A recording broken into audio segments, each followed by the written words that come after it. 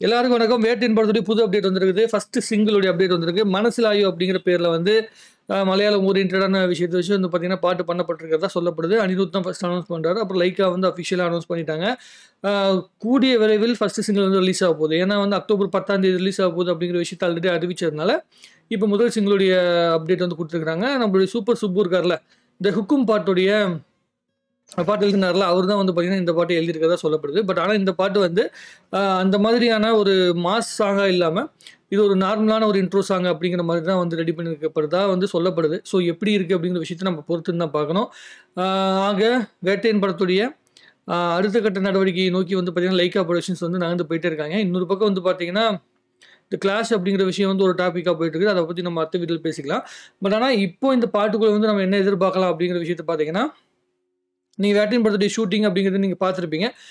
படம் வந்து மேக்ஸிமம் வந்து பார்த்தீங்கன்னா, ஒரு குறிப்பிட்ட ஒரு டைம் பீரியடுக்குள்ளே நடக்குது. அதிகமாக வந்து பார்த்தீங்கன்னா, ஒரே நாளுக்குள்ளே நடக்கிற கதை வந்து நிறைய செக்மெண்ட் வருது. அதாவது இன்வெஸ்டிகேஷன் சம்மந்தப்பட்டு தான் வருது. ஸோ இது நம்ம எதிர்பார்க்குற மாதிரியான வந்து இன்ட்ரோ சாங்காக இல்லாமல் கதையோட நகர்ற மாதிரி தான் இது வரும் அப்படின்னு சொல்லி வந்து நம்ம எதிர்பார்க்கலாம். இன்னொரு அப்டேட் என்ன வந்திருக்கு அப்படின்னா வந்து இன்றைக்கி தலைவர் வந்து டப்பிங் ஸ்டுடியோவில் இருந்துட்டு துஷாரா கூட அப்புறமேட்டு அந்த டப்பிங் ஒர்க் பண்ணுறாங்களா அவங்க கூட வந்து பார்த்திங்கன்னா ஃபோட்டோ வந்து பார்த்திங்கன்னா இன்றைக்கி ரிலீஸ் பண்ணிக்கிறாங்க. ஆக டப்பிங் ஒர்க்கு பயங்கரமாக நடந்துட்டுருக்குது. இந்த லாஸ்ட்டு 2 வீக்ஸாக வந்து பார்த்திங்கன்னா டப்பிங் ஒர்க்கு ஃபுல்லாகவே செஞ்சு முடிச்சிட்டாங்க.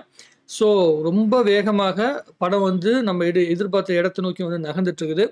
அனிருத் அவர்கள் வந்து பார்த்திங்கன்னா இப்போயே ஆரம்பிச்சிட்டாப்ல.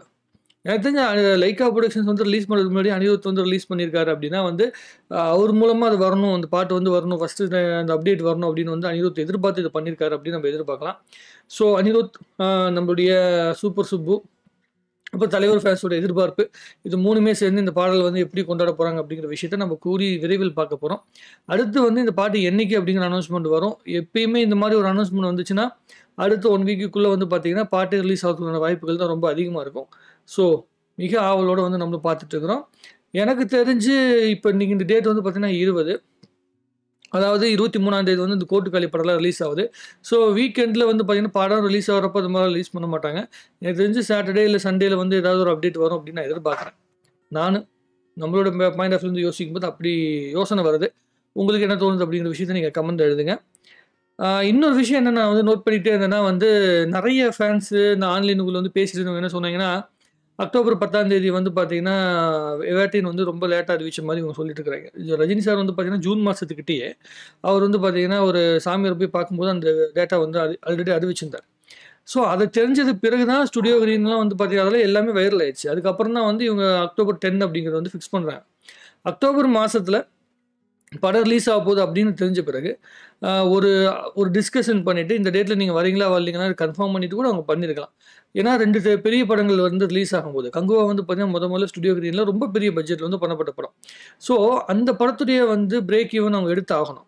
இப்போ 200 கோடி பட்ஜெட் போட்டிருக்காங்க அப்படின்னா அது 250 கோடிக்கு மேலே எடுத்தாக வேண்டிய கட்டாயம் இருக்குது. ஸோ அவங்க தான் பிளான் பண்ணியிருக்கணும் எந்த டைம் ரிலீஸ் பண்ணணும் அப்படின்னு சொல்லிட்டு.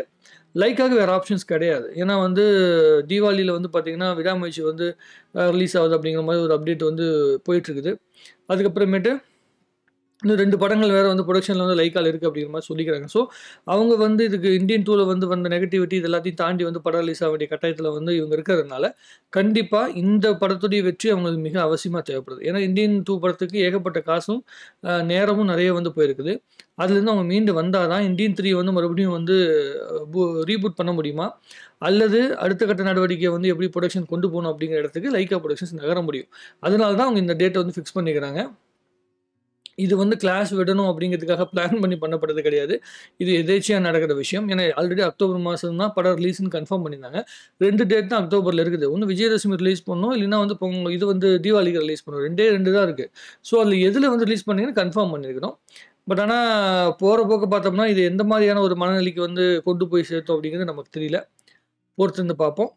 ஆக படத்துடைய வேட்டையின் படமாக இருக்கட்டும், கங்குவா படமாக இருக்கட்டும், 2 படங்களும் வெற்றி அடையணுங்கிறது என்னுடைய பாயிண்ட் ஆஃப் வியூ. இதை பற்றி ரொம்ப டீட்டெயிலாக நம்ம பேசணும் அப்படின்னா வியாபார ரீதியாக பேசணுங்கிறது அடுத்த வீடியோவில் பேசிக்கலாம்.